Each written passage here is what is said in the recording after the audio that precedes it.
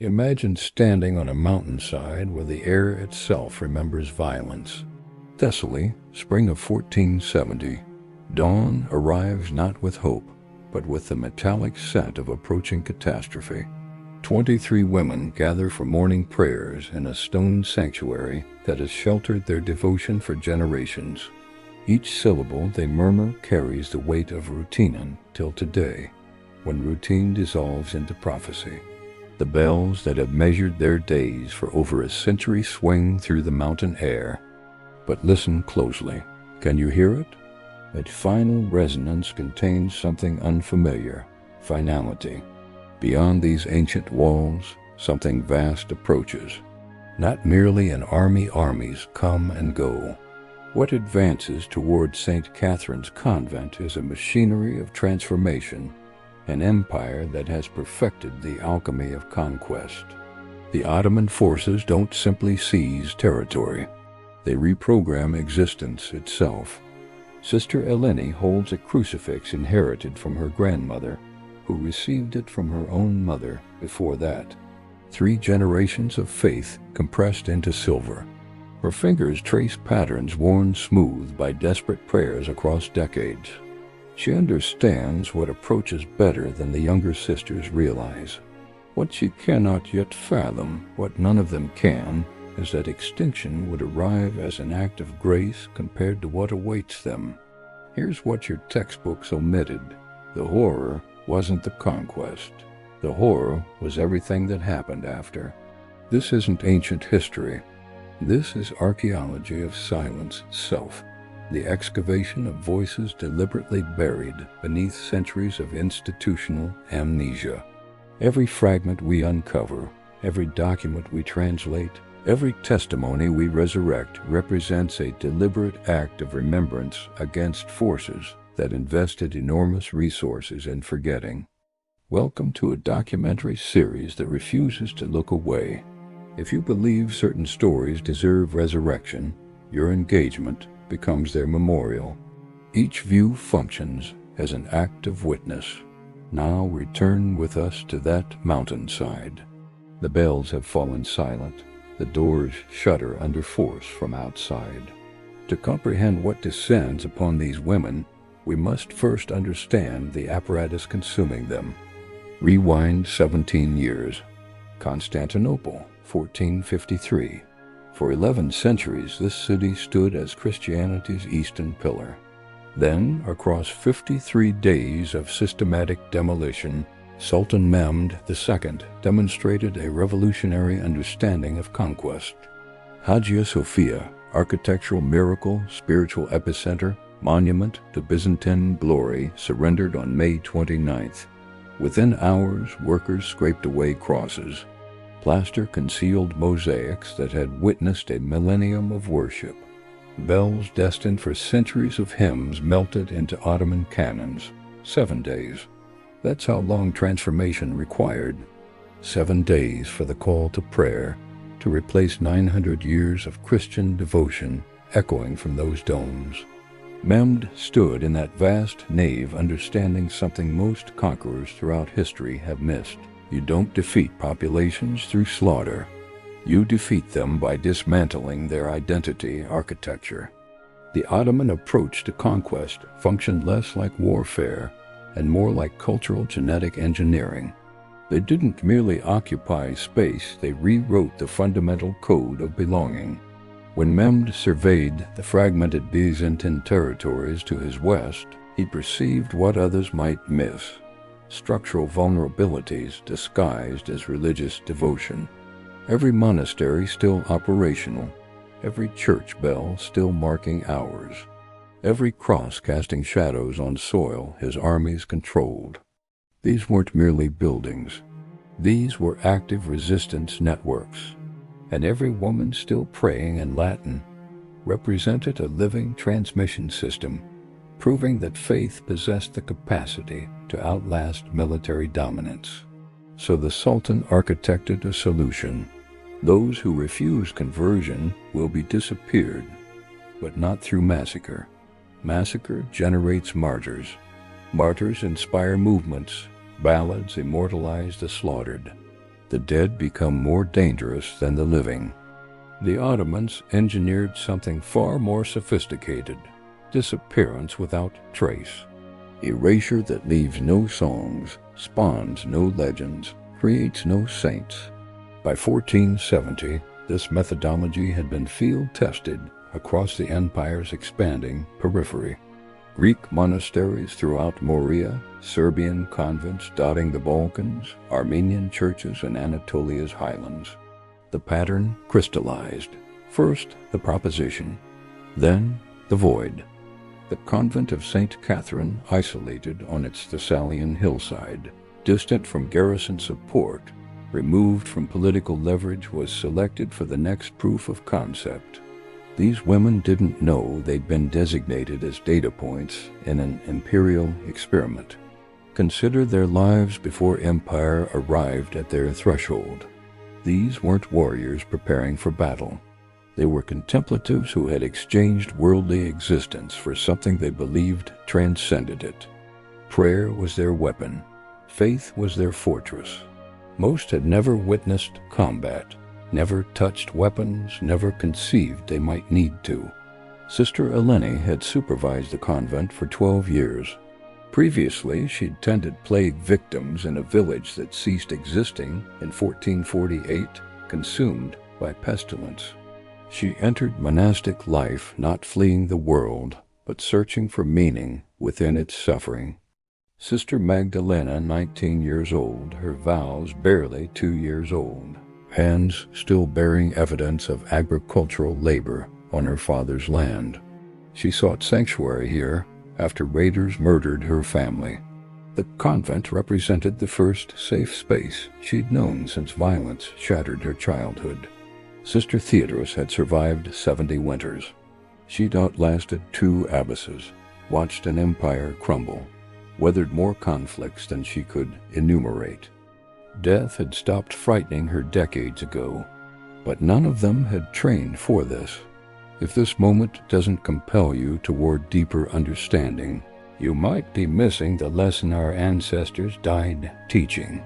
The most dangerous act in confronting power is maintaining identity when power demands its surrender. Watch what unfolds when faith encounters empire. Dawn's first light brings the first cannonball. It targets not the chapel, but the bell tower, a calculated strike. Stone explodes outward in slow motion. Iron shrieks against iron in harmonics of destruction.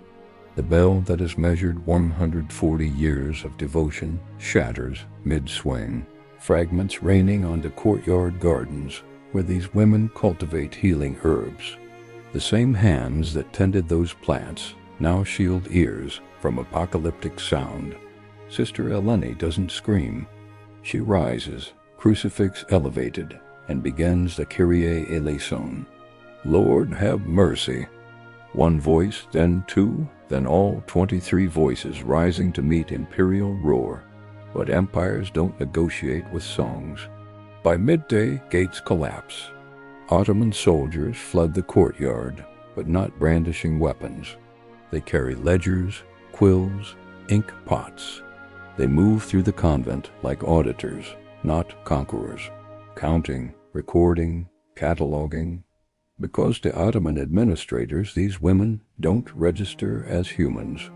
They're assets requiring inventory. A translator steps forward, a Greek man who once lived in these mountains. Shame saturates every syllable as he reads from an official scroll. By decree of Sultan Mahmud II, all subjects within conquered territories must submit to sublime authority. Those accepting conversion receive protection. Those refusing face consequences of rebellion. Sister Eleni advances. Her expression radiates calm bordering on serenity. She addresses not the soldiers, but the translator. In Greek, so clear, everyone comprehends. Inform your sultan that we've already pledged our existence to a king. We possess nothing remaining to surrender. Hassan, Pasha the commanding officer, whose name appears in Ottoman military documentation from the 1470 Thessalian campaign, doesn't respond with anger. He responds with something infinitely more disturbing, a smile, because he possesses knowledge these women don't yet understand.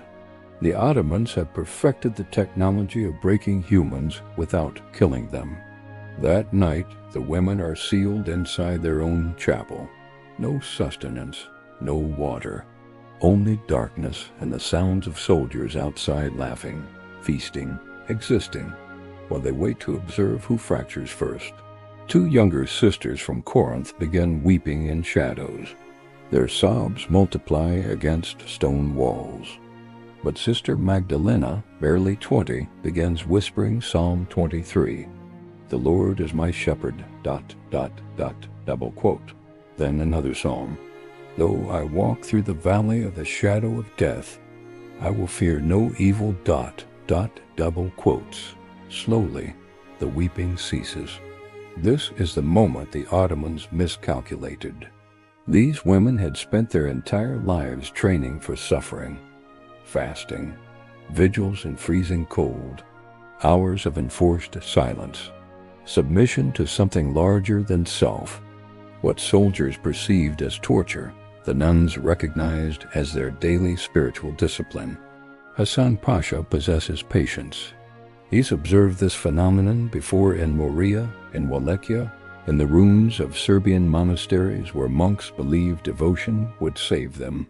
Faith resembles a candle, he once wrote in correspondence to the Sultan, documents still preserved in Topkapi Palace archives. It burns most intensely just before extinction. He's about to test this theory. Second day, doors open. A servant enters bearing bread and clean water. He deposits it wordlessly and withdraws. The nuns stare. Their throats are cracked, stomachs hollow. Younger sisters look to Eleni with desperation. Sister Theodorus, eldest among them, speaks first. They want us to accept it, to feel gratitude, to soften. Eleni nods. Then we fast. They don't touch the food. By day 3, their lips bleed, hands tremble. The younger sisters can barely stand upright, but they don't break. Hassan Pasha observes from the courtyard, arms crossed. He's impressed, frustrated, and perhaps just for an instant something approaching respect flickers across his features. But respect doesn't alter strategy. Day 3, the doors open again. This time Hassan himself enters, translator shadowing him. You are not criminals, not enemies, simply mistaken. The Sultan offers mercy, new lives, new identities, protection. You need only speak the words, silence, or accompany us to Constantinople. The Sultan himself will hear your case. Perhaps your conviction will move him. He pauses, letting the words settle like sediment. But the journey is extensive. The weak don't survive it. Not threat, promise. Sister Eleni surveys her sisters, some barely conscious, some praying with closed eyes, some staring at stone, seeking strength in its permanence. She turns back to Hassan. We will walk, the smile returns. Good, we depart at dawn. That night, the nuns hold each other in darkness. No one speaks, but Sister Magdalena begins humming a Vespers hymn. One by one, others join. Outside, soldiers hear it. Some pause. Some look away. One will eventually tell his grandson about the women who sang themselves toward death. That story, too, will be forgotten. For now, the hymn rises through cracks in chapel walls, drifting into night. Prayer, plea, declaration. We are still here. They depart at dawn on day 4. 23 women, wrists bound with rope, walking south toward the coast. No carts, no horses. Just feet and dust and sun that shows no mercy. The soldiers don't rush. They don't need to. The road itself is the sentence. Second day of March, Sister Irene collapses, 62 years old, failing knees. She attempts to stand, but her legs refuse. The soldiers don't wait. Sister Magdalena and Sister Anna lift her between them, carrying her for 3 miles. When they stop that night, Irene is unconscious. By morning, she's gone. They bury her roadside with bare hands. No tools, no ceremony, just dirt and whispered prayers. The soldiers observe, don't intervene. Hassan Pasha makes a notation in his ledger, 22 remaining. Fourth day, it happens again. Sister Callista, silent since the siege, simply stops walking. She sits in the road, closes her eyes, doesn't rise. They leave her there. 7 days later, reaching the port of Volos, only 18 remain. But something occurred on that road, something the Ottomans didn't anticipate. The nuns stopped weeping, stopped pleading. They walked in silence. But it wasn't defeat's silence. It was the silence of women who had already made their choice. Sister Eleni had been walking at the column's front, leading even with bound hands. Morning of day 7, Hassan Pasha summons her. She's brought to his tent alone. What transpires next isn't documented in Ottoman records. It's described in correspondence from a Venetian merchant who witnessed the aftermath, a letter discovered in 2003 in Dubrovnik archives. I observed them return her at dawn. She could not walk. Her eyes, God forgive me, her eyes were open, but she was absent from them. They dressed her in silk and paraded her through the camp as a convert. But when I passed near, I heard her lips moving. She was still praying in Latin, silently. She had not broken. They had simply taken her body and abandoned her soul to wander. This is the Ottoman strategy history textbooks omit. They didn't want martyrs. Martyrs inspire resistance. Songs get written. Stories get told. The dead become saints. They wanted ghosts. Women who would walk, speak, breathe, but never be whole again. Living proof that rebellion was futile. Living warnings to anyone who thought faith could withstand empire. Sister Eleni walked with them the rest of the way to the coast. But she never spoke again, never made eye contact, present but absent. The younger sisters wept when they saw her. The older ones prayed harder. At Volos port, they're loaded onto a galley-massive warship with rows of benches and chains bolted to wood. Not a passenger vessel, a control mechanism, slaves, prisoners, cargo. The nuns are chained to benches, wrists locked to iron rings. A ship's manifest discovered in 1987 in Istanbul's Topkapi Palace Museum lists them not by name but by category. Religious captives, female 18. Destination, imperial household. Purpose, domestic service and conversion. That word service conceals volumes. The voyage lasts 12 days. The sea shows no kindness. Storms lash the deck. Salt spray stings cracked lips. The ship pitches and rolls. Women who have never seen the ocean vomit until nothing remains. At night, Sister Magdalena whispers psalms beneath her breath. Her voice is faint, barely audible over crashing waves. But other prisoners, Greeks, Serbs, Italians, men and women chained beside them, turn their heads to listen. For a moment, the sea seems to still. When the ship finally enters the Bosphorus, the sisters watch Constantinople's skyline rise before them. Domes, minarets, walls that seem infinite. The city gleams in dawn light like a blade. For centuries, it had been called the city of the world's desire. Now it becomes their cage. From the docks, they march through narrow streets, lined with merchants, soldiers, slaves. People stop to stare.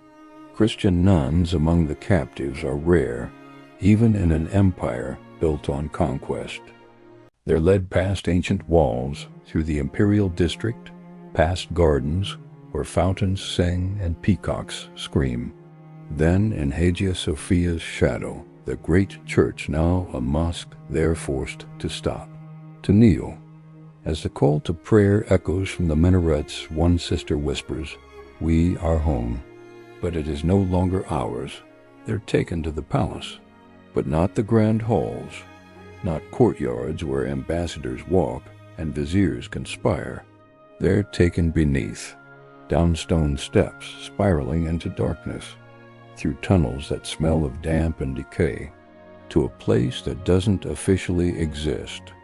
If you're still watching, it's because something in you recognizes this story demands telling.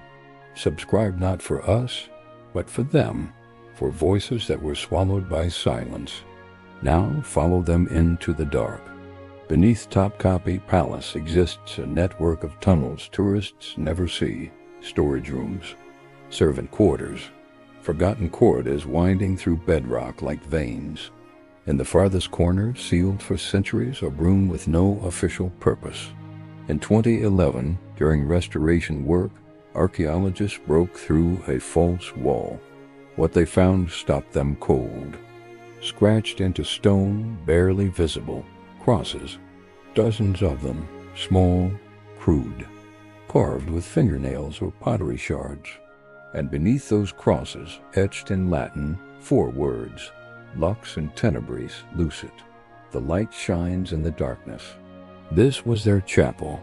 For months, maybe years, these women lived beneath the palace, working as silent servants by day, scrubbing floors, washing linens, tending fires for rooms they'd never enter. But at night, when the palace slept, they gathered in this forgotten room and prayed. No priest, no altar, no Bible, just memory. They recited psalms from recall, verses half forgotten, reshaped into prayers that kept them alive. They sang hymns in whispers so faint the stone barely caught them. They held communion with bread stolen from kitchens and water from palace wells. And they carved their faith into stone, one scratch at a time, knowing no one would ever see it. Sister Magdalena was among them, the girl who whispered psalms on the ship, who carried Sister Irene on the road, who refused to look away when they brought Sister Eleni back in silk. She became their voice in the dark. The archaeologists found her mark too, a small bird scratched into the wall's corner. Beside it, 23 lines, one for each sister. But only 11 lines were complete. The rest trailed off into nothing. They used broken pottery for candle holders, a scrap of linen for altar cloth. From a shattered mirror shard, they fashioned a crude cross. In this secret chapel, they gathered each night after the palace slept. No hymns, no sermons, only whispers. Each woman knelt and shared a memory, her home, her church bell, the warmth of bread before dawn. These memories became their new psalms, small offerings to a God who still listened in the dark. A Venetian prisoner held in the palace for ransom in 1478 wrote of strange voices echoing beneath the harem, women singing in Latin to a God not of this empire. For centuries, historians dismissed it as superstition until they found the chapel. But here's what breaks your heart. The crosses stop. Halfway through the wall, the scratches become erratic, desperate. The lines deepen as if carved with more force, more urgency. Then nothing. Ottoman records from 1482 mention a cleansing of palace staff under the new sultan. Anyone deemed unproductive or resistant was removed. No details, no names, no burial sites. Just one line in a ledger, written in neat Ottoman script, disposed. The nuns of St. Catherine vanished from history. 18 women who had walked 7 days through hell, who had crossed the sea in chains, who had carved prayers into stone in the dark, gone, but their chapel remained. A French diplomat in 1712 wrote about rumors among older palace servants that on certain nights, if you stood in the lower halls, the air would grow cold, and if you listened closely, you could hear women singing in Latin. He dismissed it as superstition, the foolish beliefs of uneducated servants, but walls don't lie. In 2011, when archaeologists examined the chapel more closely, they found something else. traces of wax, not from Ottoman candles, but from a different source, older, mixed with herbs, the kind of candles nuns made in convents, which means they kept their vigil for longer than anyone thought possible. Months, maybe years, carving crosses, whispering prayers, refusing to disappear. Sister Magdalena's bird was the last mark on the wall. Beside it, scratched so faintly it almost wasn't there, 2 words in Greek, "We endure." But the truth is, they didn't just endure. They left something behind that empires couldn't erase. A room full of crosses, a prayer carved in stone, proof that faith could survive where walls and chains could not. The Ottoman Empire lasted until 1922, 600 years of conquest and power. But in the end, it was those scratches on the wall that survived. Not the Sultan's decrees, not Hassan Pasha's ledgers, not the silk they dressed Sister Eleni in. Just 4 Latin words carved by women the world forgot: lux in tenebris lucet. The light shines in the darkness. Why does this story matter? Because it's not about religion. It's not even about the Ottomans. It's about what power does when it tries to erase people, and what happens when those people refuse to disappear. The Ottoman Empire lasted 600 years. They conquered 3 continents. They rewrote maps, languages, entire cultures. They turned Christianity's greatest cathedral into a mosque. They ruled from Vienna's gates to Arabia's deserts, but they couldn't erase 18 women who scratched prayers into stone. Think about that. An empire with armies, cannons, endless resources, and the will to reshape the world against women with nothing but fingernails and faith. And the women won. Not in the way empires measure victory. They didn't reclaim their convent. They didn't convert their captors. They didn't live to see freedom, but they left a mark. History is written by victors, but memory is written by survivors. And sometimes survival looks like a cross carved in the dark where no one was supposed to see it. A prayer whispered in a language conquerors tried to silence. A bird scratched into stone to remember the sisters who fell. Centuries later, we found it anyway. The philosopher Søren Kierkegaard once wrote, "Life can only be understood backwards, but it must be lived forwards." These women lived forward into darkness. They walked 7 days knowing they might not survive. They crossed the sea in chains knowing what waited on the other side. They descended into tunnels beneath a palace knowing they might never see sunlight again. But they carved their prayers anyway, trusting that someone someday would look backward and find them. He just did. In 2011, when archaeologists stood in that hidden chapel staring at those crosses, one of them asked a question that haunts me. How long did they keep the vigil? The wax traces suggest years. The depth of some carvings suggests desperate, repeated effort, which means these women gathered night after night, year after year, in absolute darkness, and refused to stop believing, even when sisters disappeared, even when the scratches on the wall stopped growing, even when hope should have died. They kept carving. That's not just faith. That's defiance in its purest form. The Ottoman Empire is gone now, dissolved in 1922. Its sultans are dust, its armies are memory. The palace still stands, but it's a museum now. Tourists walk its halls taking pictures, unaware of what lies beneath their feet. But those crosses remain, and that Latin phrase, barely visible after 500 years, still speaks. Lux in tenebris lucet. The light shines in the darkness. It's from the Gospel of John, a verse about light that cannot be extinguished, about truth that survives even when everything else is taken away. Sister Magdalena carved those words, knowing she would never leave that palace, knowing her name would be forgotten, knowing the world would move on without her, but she carved them anyway, because she understood something empires never do. You can conquer land, you can rewrite history, you can erase names from ledgers and bury bodies in unmarked graves, but you cannot kill what people carry inside them, and you cannot silence what they carve into stone. You've just witnessed one of history's darkest truths.